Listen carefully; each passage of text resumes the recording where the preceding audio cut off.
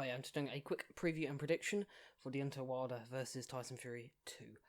First things first, I want to premise this by saying sorry that I have not been putting anything out of recent.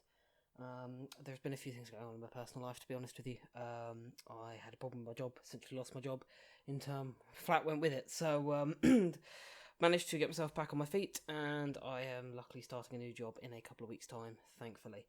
I will as well be going away, so I'm just trying to get this out before I go away, so sorry if it is a bit rushed.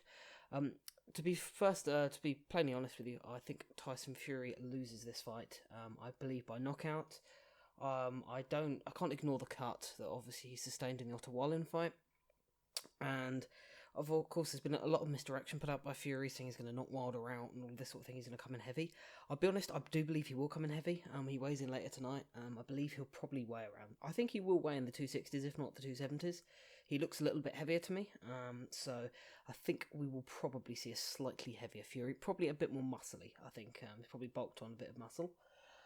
In terms of Deontay Wilder, obviously he fought last against Luis Ortiz for the second time. And although the Ortiz knockout was a good knockout, it was good. He did his normal weight and land the right hand. He didn't sustain much damage in that fight. And although a lot of people have made a lot about the quick turnaround, I don't see that being an issue. Personally, I think the quick turnaround isn't going to be an issue for Wilder as much as it will be for Fury. Fury's still got to contend with that cut. I mean, how long ago was it? 5 months, 4 months, something like that. And to be honest with you, I think it's been 5 months, and I'm not sure in that time that cut will ever heal, let alone heal that quickly. So I can't see past that cut being an issue. In addition to that, I mean, since this fight was even rumoured, I thought I fancied Wilder by knockout. That swings it even further for me, but in addition to that, I mean, the tenacity of Wilder can't be underrated. He can be doing nothing for the whole fight and then land on you in the 12th at the end of the day. That is just how Wilder is. So obviously the old adage is as annoying as it is he only has to be perfect for 3 seconds. That is true. And I actually think a lot of the misdirection, inverted commas, by Tyson Fury might not even be misdirection. I think he legitimately may well be trying to... I wouldn't be surprised if he come out all guns blazing, particularly if it turns out that he has had these injuries in training camp that we've heard, if he is worried about the cut, if he thinks it will reopen. He may just have to throw caution to the wind and start trying to get up close to Wilder, which if he does that, I think it's game over. I think he gets knocked out brutally. While I think a lot of people may not remember, Tyson Fury on the come up, he was actually seen as a bit of a destructive KO artist. It might sound absolutely ridiculous now, but it was only really when he properly teamed up and took it seriously with his uncle Peter that he really sort of turned into the slick boxer. That was sort of a bit later on in his career, really. Sort of once he sort of got past sort of British. I think we forget he was going through wars with the likes of what's the name of the guy? I think he was like a Czech guy. Oh, it's going to annoy me now. But anyway, he got put down by him. He also had the that war which he arguably lost against the man's name who I completely forget on the spot. It's going to annoy me. Actually, I have to look that up. Really unprofessional. And obviously then he got picked up by Peter, sort of went on to have the Tony Thompson fights, came through that, not Tony Thompson, the Steve Cunningham fight. And obviously that was really when he sort of made his surge onto world level. But before that, he was going to war at domestic level, because I think he had, if I'm not mistaken, in his first 10 fights, he had something like 9 knockouts, and he was seen as a bit of a KO artist. And the reason for that is because he was just going in there and just throwing caution to the wind, just letting his hands go.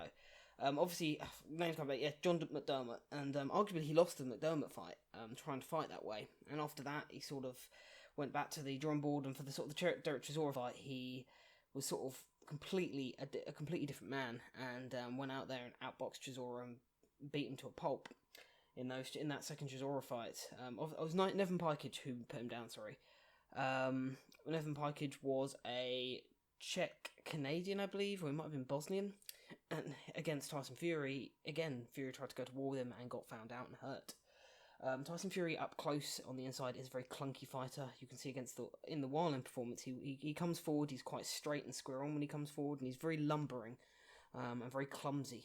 He's not particularly tight up close. He's not like a Joshua on the inside where he can let fast combinations go. He's incredibly cumbersome, and if he decides to box like this against Wilder, I just don't see it ending well.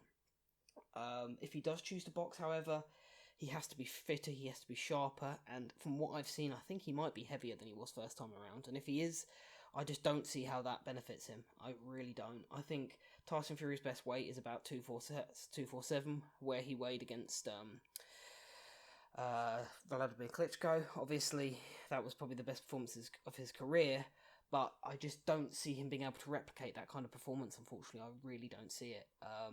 If he's heavier, then it's even less likely. I think that version of Tyson Fury has been and gone, to be honest with you. I don't think we'll ever see that again, which is a shame, because I think that version of Fury is head and shoulders above the likes of Joshua and Wilder, but I think this new comeback version of Fury is probably around their level, which is where I'm sort of 50-50 on it, but through sort of the balance of probability, I am favouring Wilder pretty heavily, to be honest. I think he will land at some point, and when he does, I don't see Fury getting up, particularly if he's had a hard camp, particularly if it's been a bad camp, which is what we're hearing.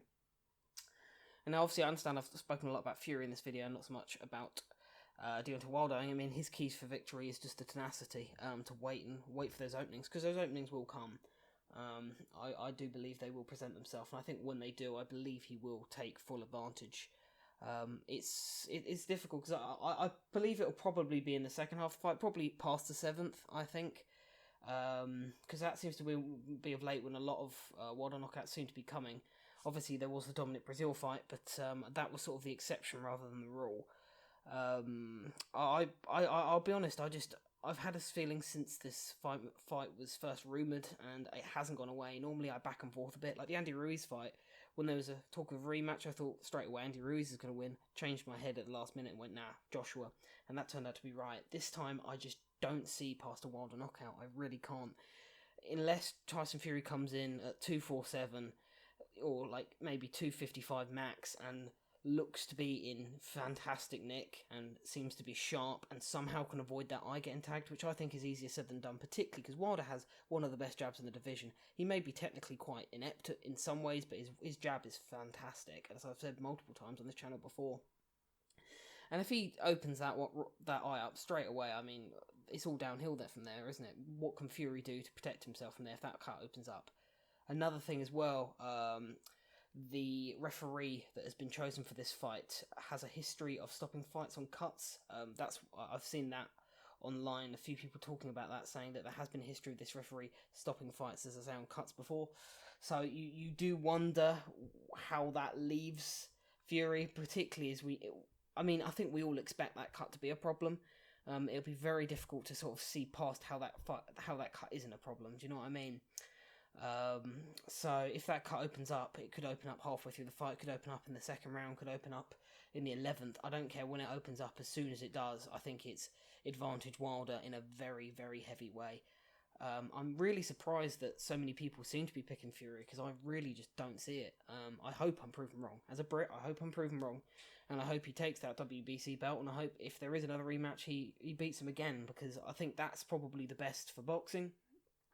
Because if it stays within PBC, then obviously they're just going to match Wilder with Kaunatsky, and they won't do the Ortiz fight again, but then probably bring out Andy Ruiz. And the problem is that the stable that PBC have are all people that are clearly tailor-made for Wilder. They know that. You look at the likes of Ortiz, Kaunatsky, Andy Ruiz. They're all very, very slow heavyweights. Charles Martin as well. All on their feet, foot speed-wise, are very, very, very, very slow. And that is what Wilder thrives on. If you've got slow foot speed, then he can take you out. Which is another thing, is if this is true and there's an ankle injury to Fury, again, that plays into Wilder's hands, because, as I say, Wilder is quite fleet-footed, and he really thrives on you being a sit and duct and a slow target. I mean, you look at that PBC stable, Brazil, Ortiz, as I say, Charles Martin, Kaunatsky, Ruiz Jr. I mean, to me, it's a very clever plan, is that these are all fighters that have one thing in common, despite them all being, maybe top 30. All of them are probably of the top 30, probably 4 or 5 of the slowest footed heavyweights in that top 30.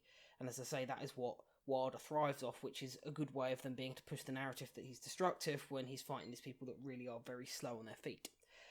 So that's what I think will happen past, and I think they'll keep it all in-house, and I think they'll just keep matching Wilder against these people who are slow-footed, which could give other top heavyweights problems, don't get me wrong, but against Wilder, he is tailor-made for them.